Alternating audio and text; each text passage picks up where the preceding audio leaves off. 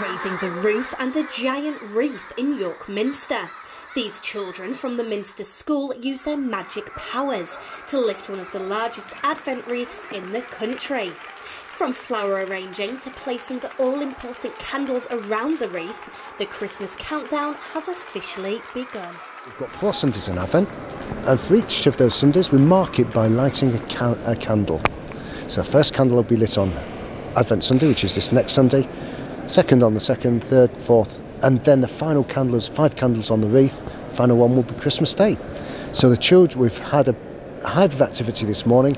We've had a load of volunteers helping us out with decorating the Advent wreath, which is 4 metres in diameter, so quite a substantial piece of kit. And then children from the Minster School have helped us by putting the candles into the wreath, and they gave us a hand in raising the wreath to get it to where it's going to be for each Sunday.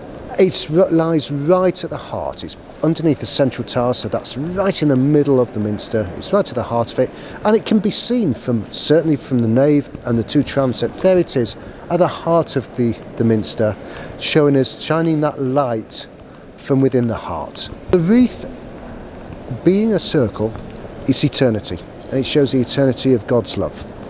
It's covered in foliage, which is evergreen, it's ivy, so again, that shows that even in the depths of winter, where everything is barren, there is life. So that's quite a key part of it.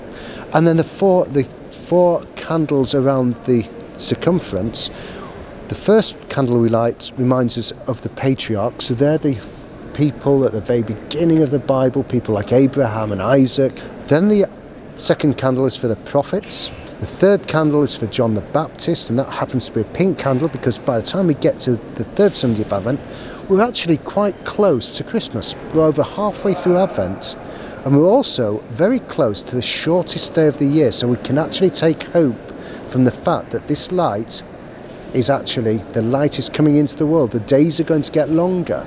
And then the 4th candle is for the Virgin Mary.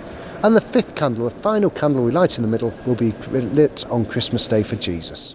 And of course, the Christmas wreath wouldn't have been complete without the hard work from York Minster's talented flower arrangers. We had to make sure that the metal frame was put up and connected to the hoist, and then we had 40 blocks of floral foam to put in, which is 2 big boxes. And if you think about a normal small wreath, that might take 1 block of oasis, but this is like 40 times bigger, so we had to upscale everything. So that took quite a bit of doing, especially getting it all watered. And then from about Tuesday, people will have been gathering ivy, cutting it in the gardens, and friends and out and about, and bringing the ivy into water so that it will stay as long as possible once we get it into the wreath. We started arriving from about 8:30, and then we got everything organised, because often it's behind the scenes that takes the time, and then when you get a group of 20 people together, they just all got together and we finished it within about an hour. Sometimes we've done it more tightly so that the ivy hasn't been as dangly, but this year we've got some amazing dangly ivy, so we thought, why cut it in half, let's just go for it. And that's lovely when the children come in and they magically raise the wreath. It's great, and it's nice to stand back and look at it and not see the little bits but see the whole thing together. I'm quite proud of it actually.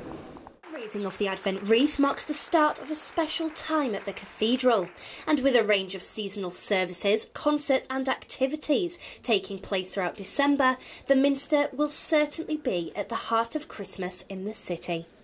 Abby Walker, That's TV.